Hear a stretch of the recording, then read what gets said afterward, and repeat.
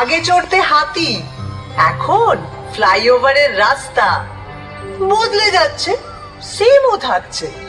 কলকাতার সিম উঁচু থেকে সার্ভে করছি অনেক অনেক দিন। সেসব গল্প ভুলবো এবার। 1 2 3।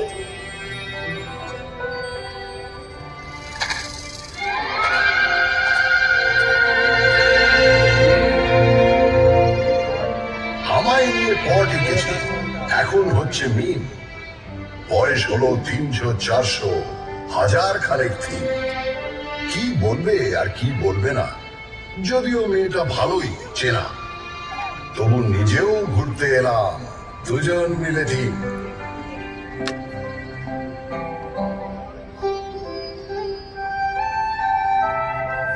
আপনারা এখন যেখানে বসে আছেন, এক সময় সেখানে ঘোরাফেরা করতো।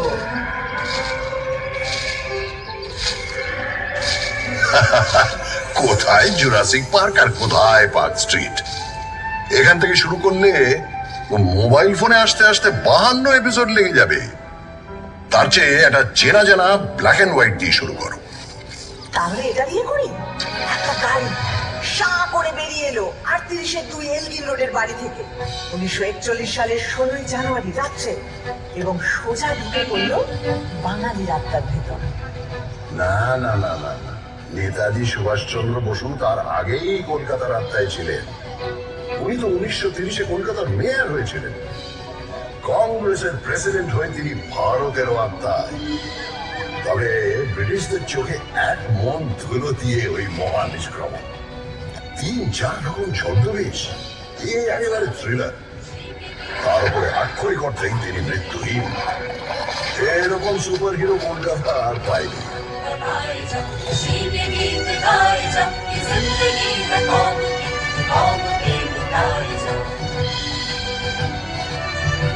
আচ্ছা, কলকাতার সবচেয়ে বড় ভিলেন কি?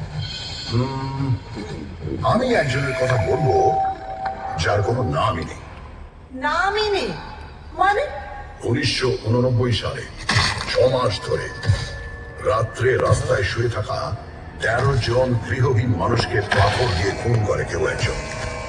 মিডিয়া তার নাম দেয় স্টোন ম্যান। এত মরবিড জিনিস দিয়ে ইতিহাস শুরু হবে? আমার মনে হয় সেরা ভিলেন হলেন অমিতাভ বচ্চন।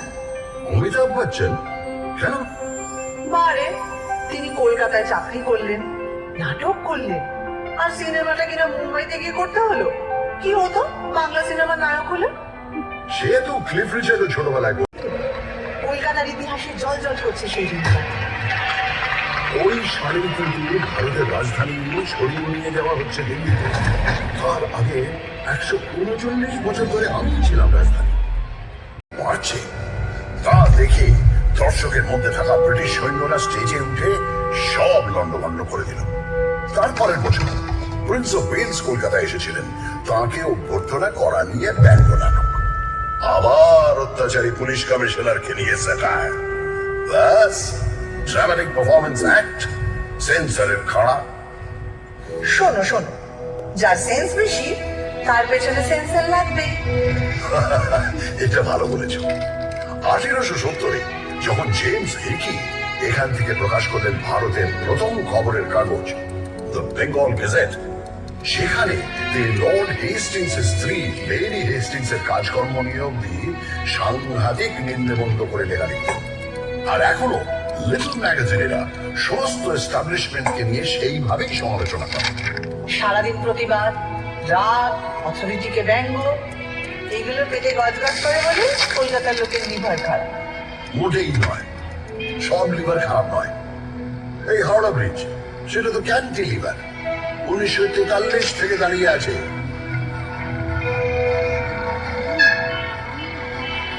তা বটে, রোজ লাখ লাখ গাড়ি ঘোড়া মানুষ কত কিছুই যাচ্ছে, অথচ এতটুকু টস খায় না।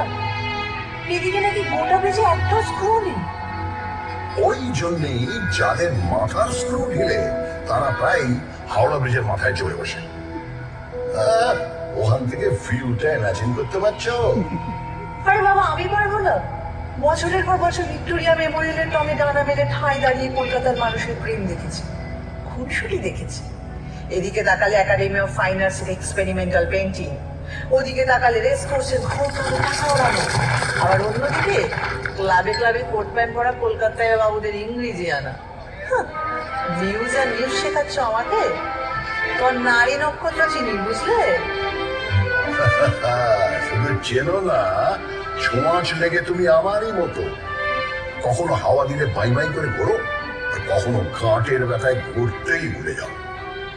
এই বাড়ি কখনো তাজমহলের টুকরি বলে ধুয়ো খায়, কখনো আবার জাপানিদের বোমা খাওয়ার ভয়ে তার সারা গায়ে গোবর লেপে দিয়ে ব্ল্যাক আউট করা হয়।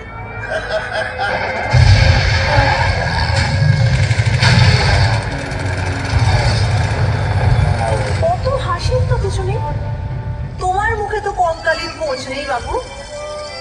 ওই দ্বিতীয় বিশ্বযুদ্ধের সময় যখন তোমার রাস্তায় শুয়ে খিদের জ্বালায় শয় শয় লোক মরেছে, আর অন্য বন্ধ করে গ্রামোফোনের গান শুনেছে, তখন কোথায় ছিল তোমার প্রতিবাদী ফটো?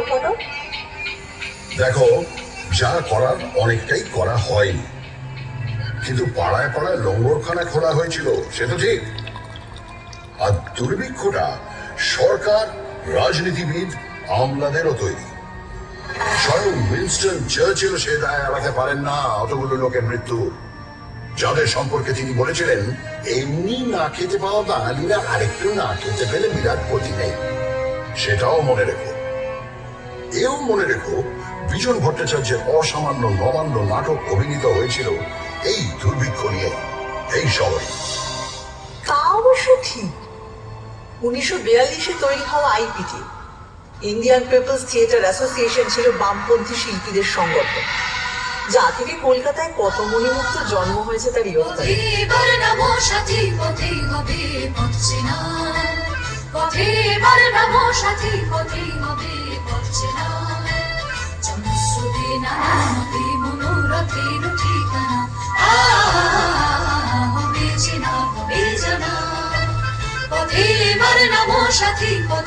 আচ্ছা, শুধু নবান্ন কেন, আরো অনেক অবিস্মরণীয় গান, নাটক, সিনেমা জন্মেছে এখান থেকে। আইপিটিআই তো ঝলমলে হিরে, উৎপল দত্ত, সুচিত্রা মিত্র, জ্যোতিরিন্দ্র মৈত্র, দেবব্রত বিশ্বাস, সলিল চৌধুরী, তৃপ্তি মিত্র, ঋত্বিক ঘটক এবং এরই ভাবশিষ্য মৃণাল সেন। শিল্পকে সমাজ বদলের অস্ত্র হিসাবে ব্যবহার করব, আর তা অতুলনীয় উৎকর্ষ আবেগ দিয়ে জাগিয়ে তুলবে হাজার হাজার মানুষকে। এই জাদু বিপ্লবের রথ হই হই করে চলেছিল অনেক দূর।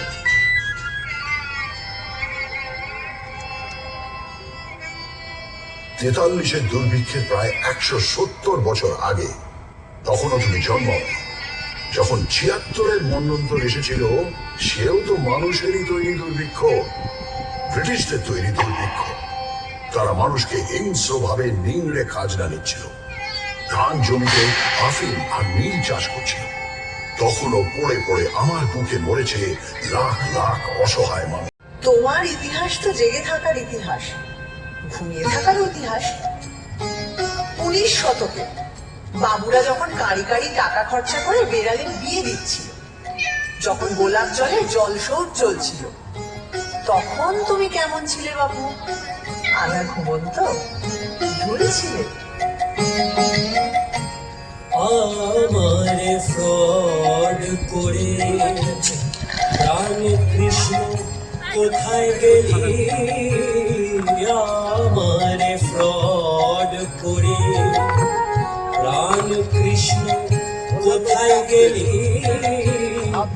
I am sorry, very sorry, I am sorry, very sorry, আমার গোল্ডেন বডি হলো কালি।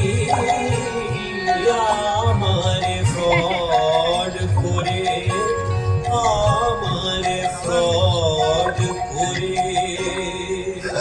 আমার দারুণ মজা লাগছিল। যে চপচপে তেল মেখে 4 ঘোড়ার গাড়ি চড়ে চান করতে যায় তার একটা বেপরোয়া গ্ল্যামার আছে, এটা মানবে তো? আর দেখো, বাবুদের ওই বাড়াবাড়ি না থাকলে বাইজি নাচের সমঝদারিও থাকতো না। তাদের টাকায় ঢালাও স্কুল কলেজের পত্তনও হতো না। আর আমার সবচেয়ে আলো ভর্তি পার্বণ দুর্গা পুজোটাই হতো না। দুর্গা পুজোটাই হতো না? ওমা, কেন? আরে শোভাবাজারের বাবু নবকৃষ্ণ দেব মাদ্রাসা তৈরির জন্য প্রচুর টাকা দিয়েছেন, রাস্তা তৈরি করে দিয়েছেন, সারা দেশ থেকে গায়ক বাজনদার এনে বিশাল সঙ্গীত সম্মেলন করেছেন, আবার বলা হিসেবে আমাদের সমাজে প্রতিষ্ঠিত করলেন।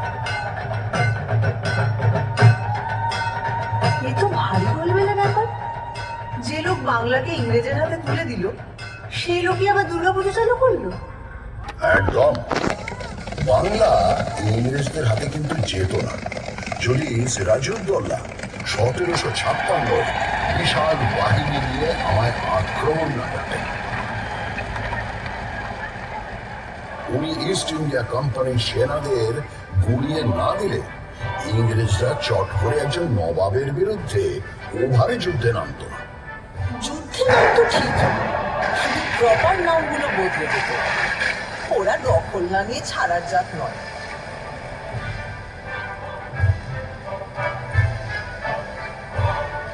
ওই যে ইস্ট ইন্ডিয়া কোম্পানির এজেন্ট জব চার্নক প্রচন্ড বৃষ্টি বাদলার মধ্যে নৌকো ভেড়ালেন 1690 24 আগস্ট।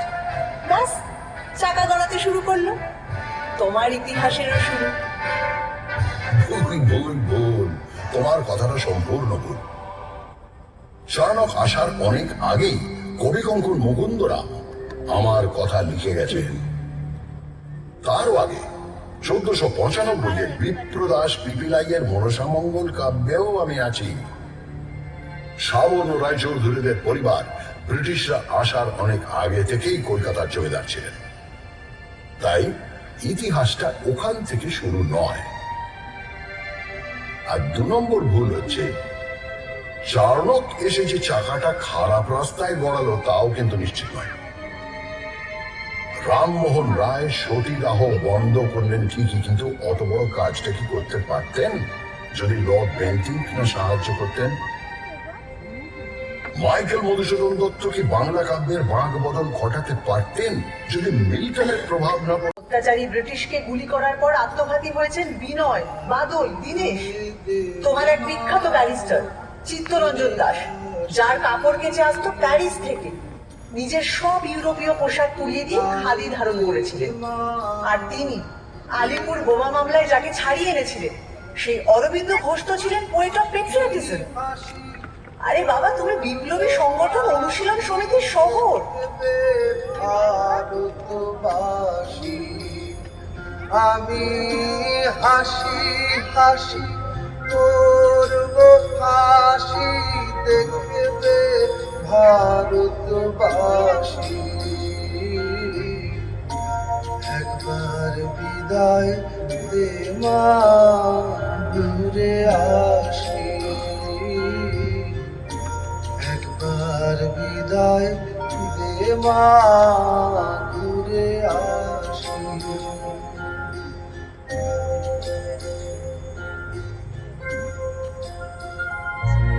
স্মরণে 1969 কিনা তার নাম বদলে করে দেওয়া হলো শহীদ মিনার। উৎসর্গ করা হলো ভারতের স্বাধীনতার যুদ্ধে শহীদদের উদ্দেশ্যে। তবে অত রাগের কিছু নেই, আমি শুধু ভাবছিলাম কি হলে কি হতো। বাবা প্র্যাকটিস করো। এটাও ভাবো, কলকাতায় যদি বাঘ সিংহ ঘুরে বেড়াতো তাহলে কি কি হতো।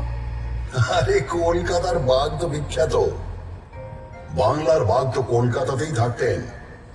1857 সালে হওয়া কলকাতা বিশ্ববিদ্যালয়কে বছর 50 পরে দায়িত্ব নিয়ে একেবারে নতুন রূপ দিয়েছিলেন এই বাঘ, আশুতোষ মুখোপাধ্যায়। আর সিংহ? হ্যাঁ, সিংহও তো ছিল, কালী প্রসন্ন সিংহ, যিনি এক হাতে অনুবাদ করেছেন মহাভারত আর অন্য হাতে আমায় নিয়ে লিখেছেন হুতম প্যাঁচার নকশা। আচ্ছা, বাঘ সিংহ তো বুঝলাম, আর গন্ডার? হ্যাঁ, গন্ডারও আছে। গন্ডার হচ্ছে তারা যাদের চামড়া ভেদ করে কলকাতার অবিশ্বাস্য মনীষীদের কথাগুলো ঢোকেইনি। রামমোহন রায় তাদের কাছে পাটকে রেখেছে। ঘুরে প্রমাণ করে ওরা সমাজে কত হয়েছিল। কত মত কত পথ, শুধু ধর্ম নয়, শহর কলকাতার জীবনযাপনেরও দর্শন।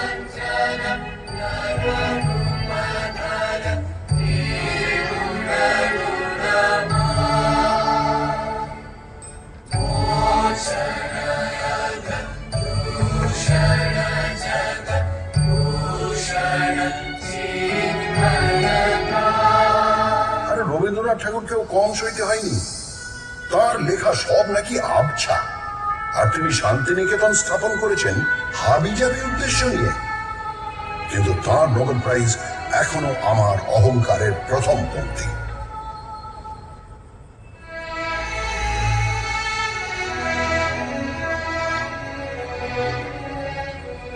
আমি রাজধানীর পর থেকে 1911 খসে পড়লাম, কিন্তু 2 বছর পরেই আমার মাথায় এমন মুকুট উঠল যার ঝলমলানি থামার নয়। নোবেল কমিটি বলল রবীন্দ্রনাথ ঠাকুরকে প্রাইজ দেওয়া হচ্ছে because of his profoundly sensitive, fresh and beautiful verse.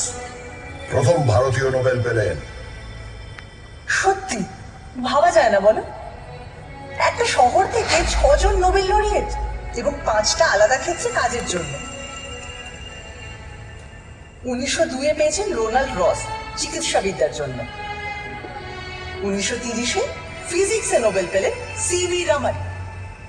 1979-তে mother Teresa পেলেন নোবেল শান্তি পুরস্কার। 1998-তে অমর ইকোনমিক্সে। 1900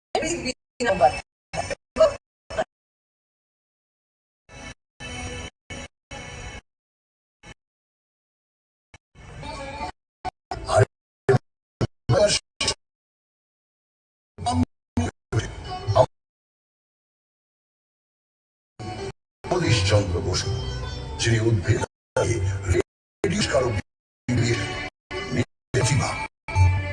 আচার্য প্রফুল্ল চন্দ্র রায়, ইংল্যান্ড তৈরি করেছে।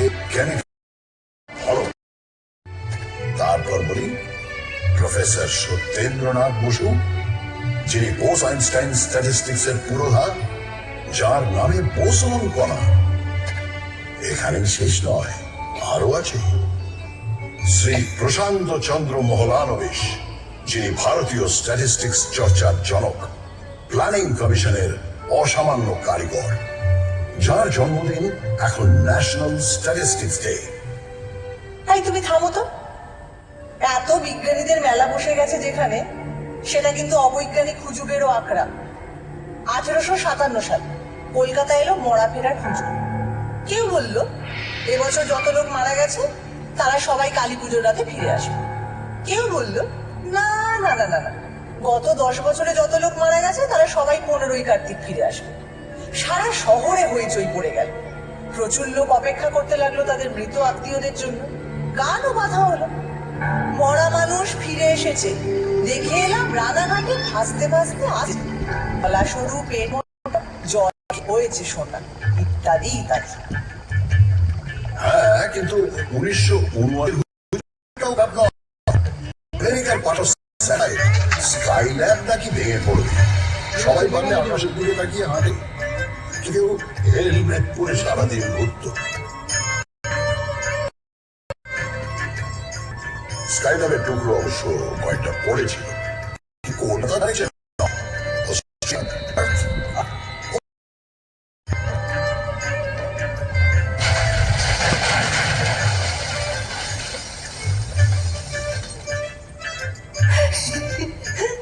আমি বলি কি, সব সেরা হুজুগ হলো গণেশের দুধ খাওয়া। 1995 সালে এক দুপুরে হঠাৎ নাকি গণেশ দুধ খেতে লাগলেন। মন্দিরের গণেশ, ক্যালেন্ডারের গণেশ, ঘুলঘুলির গণেশ, কেউ বাদ নেই। মরি মরি করে সবাই দুধ নিয়ে ছুটতে লাগলো। এমন মিরাকল থেকে বাদ পড়ে গেলে পুণ্যের কোটায় কম পড়ে যাবে যে। তাদের গায়ে নিশ্চয়ই তিরোজিওর অদৃশ্য খুশি পড়েছিল। একটা 17 বছরের অ্যাংলো ইন্ডিয়ান ছেলে হিন্দু কলেজে ইংরেজি পড়াতে এসে তার ছাত্রদের শেখাচ্ছে তর্ক করো, যাচাই করো, যুক্তিবাদী হও, প্রথাকে চ্যালেঞ্জ করো। আর সেই ছাত্ররা, বলা ভালো শিষ্যরা, ইয়াং বেঙ্গল হয়ে তখন দিকে দিকে ছড়িয়ে পড়ছে, সমাজ বদলানোর চেষ্টা করছে।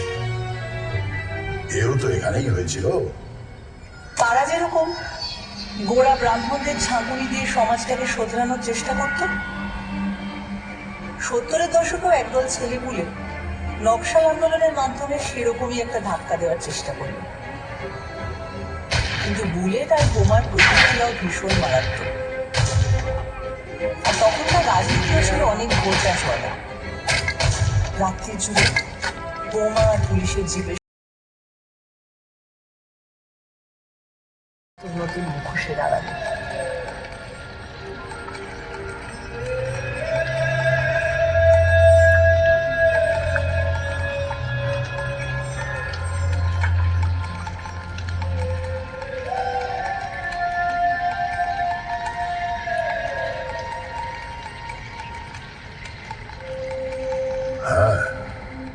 নকশাল আন্দোলন নিয়ে কারো আছে আতঙ্ক, কারো আছে রোমান্টিক নস্টালজিয়া। চীনের চেয়ারম্যান আমাদের চেয়ারম্যান, এই স্লোগান নিয়ে একটু মুখ টিপে হাসিও আছে। কিন্তু কেনই বা এখান থেকে কেউ চীনের নেতাকে ঘিরে সংগ্রাম গড়ে তুলবে না? কেন ওই কথা বলবে না? কলকাতা কি বিশ্ব নাগরিকতার কেন্দ্র নয়? দেখো, সে তো হিন্দু কলেজটাই একটা বিরাট স্টেটমেন্ট। ইংরেজি ভাষা শিখতে হবে, পাশ্চাত্য সংস্কৃতি বুঝতে হবে, তাকে নিজেদের সংস্কৃতির সঙ্গে মেলাতে হবে, এরকম একটা ভাবনা নিয়ে যে স্কুল করা দরকার, তা ভারতে অন্য প্রান্তে কেউ তো ভেবে বের করতে পারেনি। সাহেব আর বাঙালি মিলেমিশে 1817 সালে এমন একটা কাজ করলো যা না থাকলে বেঙ্গল রেনেসাই হতো না।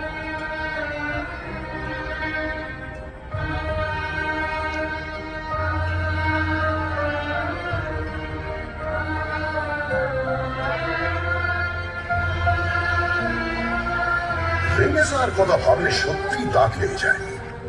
শুধু ঠাকুর পরিবারের কথা বলতে গেলেই তো হাঁপিয়ে পড়ব। এরা বোধ হয় এক একটা লোকের মধ্যে 10টা করে জিনিয়াস বলে দিত। যেমন দ্বিজেন্দ্রনাথ ঠাকুর, তিনি সংস্কৃত থেকে বাংলায় মেঘদূত অনুবাদ করছেন, বাংলায় দর্শন তত্ত্বের বই লিখছেন, আবার বাংলা শর্ট হ্যান্ড উদ্ভাবন করছেন, এমনকি বাক্স বানানো নিয়েও বই লিখছেন। সত্যেন্দ্রনাথ ঠাকুর, তিনি শুধু প্রথম ভারতীয় আইসিএসই নন, ওই যুগে তাঁর বউকে বিলেত নিয়ে গেলেন। এবার বলি জ্যোতিরিন্দ্রনাথ ঠাকুরের কথা, তিনি একাধারে সুরকার। দেবেন্দ্রনাথ ঠাকুর, তিনি তো 3 ঘন্টায় গড়গড়িয়ে ডিকটেশন দিয়ে লিখে ফেললেন ব্রাহ্ম ধর্মের বই।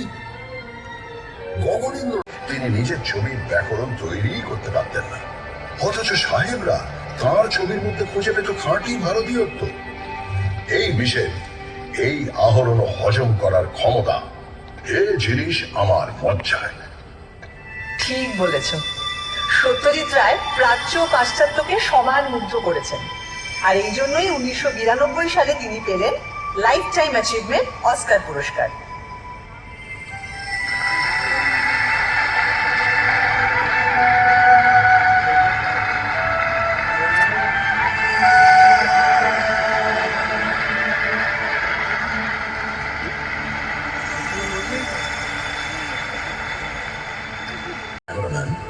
কিন্তু তার নামটা সেভাবে প্রচারই পেল না। এই আনসাং হিরোদের নিয়ে তোমার এই হইচইটা একটু বোঝাও তো, এটা আদিক্ষেতা না উদারতা? আমি না ঠিক আন্দাজ করতে পারি না। কারণ নামে প্রশংসা করলে কলকাতায় এরা তক্ষুনি আরেকটা নাম পকেট থেকে ফস করে বের করে বলে, উনি তো দর পেলেন না কিন্তু মহান ছিলেন। হ্যাঁ, বলবো নয় বা কেন? কলকাতার মানুষ যেমন জয়ীকে নিয়ে নাচানাচি, কমল কুমার মজুমদার ততদিন, পঙ্কজ রায়কে আমরা মাথায় তুলে রাখবো, শুনতে ব্যানার্জিকেও। হেমন্ত মান্না সন্ধ্যাকেও সেই মার্শল দেব, সুচিত্রা মিত্র, কণিকা বন্দ্যোপাধ্যায়কেও পুলিশ চালাবো, সঙ্গে নির্মলা মিছে, প্রতিমা বন্দ্যোপাধ্যায়কেও। নিখিল ব্যানার্জির সেতারে বুধ থাকবো। এগুলো হুজুগ নয়, এক্সট্রা সচেতনতা। আচ্ছা, এটা শুধু শিল্পের বেলায় জেগে ওঠে কেন বলতো? যখন 1947-এ দেশভাগের পর উদ্বাস্তুরা দলে দলে এসে পৌঁছল এই শহরে, তখন সেই মানুষগুলোকে, সেই মুহূর্তের পরাজিতদের বুকে টেনে নিতে এত অনীহা কেন? তখন তাদের বিদ্রুপ কেন, অবহেলা কেন, বলতে পারো? সে হয়তো গোড়ার দিকে ছিল। তারপর যতই ঘটি বাঙাল লড়াই ফুটবলের মাঠে থাকুক আর রান্নার পাতে থাকুক, সবাই মিলেমিশে এক হয়ে গেছে, এতে তো সন্দেহ নেই। এতেও সন্দেহ নেই যে এই উদ্বাস্তুদের যথোচিত সম্মান দিয়ে তাদের থাকা খাওয়ার সংগ্রামে পাশে দাঁড়ানোর কাজ করেছিল বলে বাম রাজনীতি একসময় অনেকখানি মিশে গিয়েছিল আমার ডিএনএতে। উদ্বাস্তুরা তো আবারও এসেছেন। বাংলাদেশের মুক্তিযুদ্ধের সময় 1971-এ